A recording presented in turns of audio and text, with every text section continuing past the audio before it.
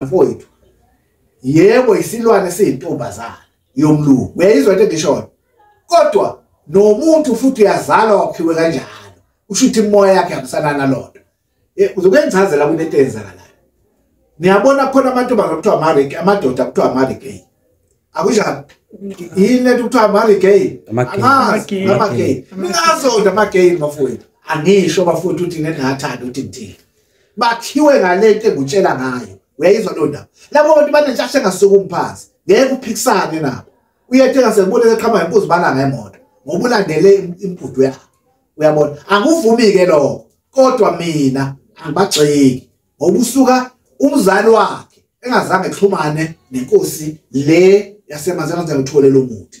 uzalwe lento uthena amazala kuyena kunini esinyene phuma waphuma lento embethe ungeyakhe yangalungiswa imigudu usuka lo muntu ezalwe yiwe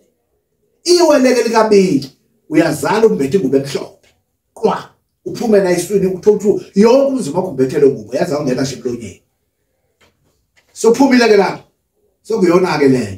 uphinde uyazala kuthiwa uzala uthandele unqwabile uyayizwa lo ndaba usungena komnye umkhakha ke lapho yayiphuma kanjani kwesikhathi uzokuthi uphuma umntana amephumbethe into engathi izinto zingasandleni engathi uyumhlobisana ngathi sikhwama sesithi sikhwama ke thina kodwa kube igendelana ke kubela esandleni uthola umuntu usenalento kuthiwa yini lento eyimile la kumuntu uthola usene sithi nayifa akulo ifa lakhe vele sekubiza sithi ifa thina kuZulu ake ezolona uthola unalonto awusalandelanga umgudi yakho ingudi yakho ayiwani kumntwana mamuzane njalo embethe uthatha imbuzi ugawutshwana umesele busumenzela ukhambo lomhlophe umfaka esibayeni umthela lenyongo busumgeza bese phalaza ngalomuthi ephalaza ngesibayeni phakathi usunenyongo athi yabona usumnika le yatshasha ngeke manje beyiriki ile umuntu okuthiwa sithini ile game ngeke beyona umgodi yakho noyilandelile athi yabona umfaka esibayeni wamgeza wamthela ngenyongo wamphalazisa umphalazisa ngalomuthi uyayizwa lo ndaba ngeke beyona uzoba neshasha yakhe ngethule tethu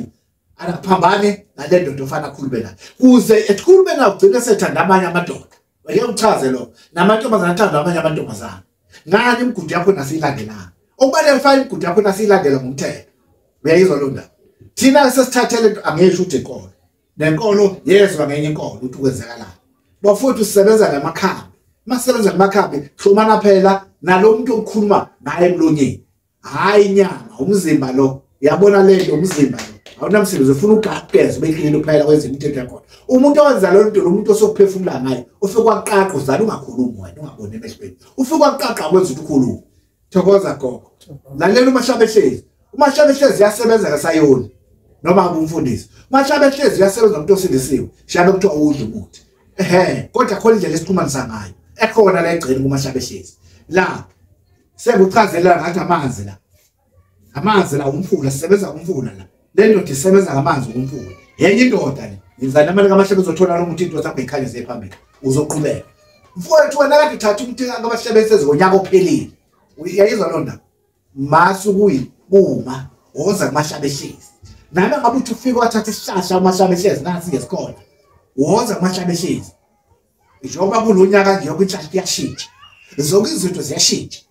mase ubuyele emumva khuphuka ukuthi ubuyele emumva nawe sizwe usubuya kuMahlabehlezi uyayidayisela ufuna ukuyidayisela ufuna ukwenza ibhizinisi unebhizinisi yakho vele uyazophila ngayo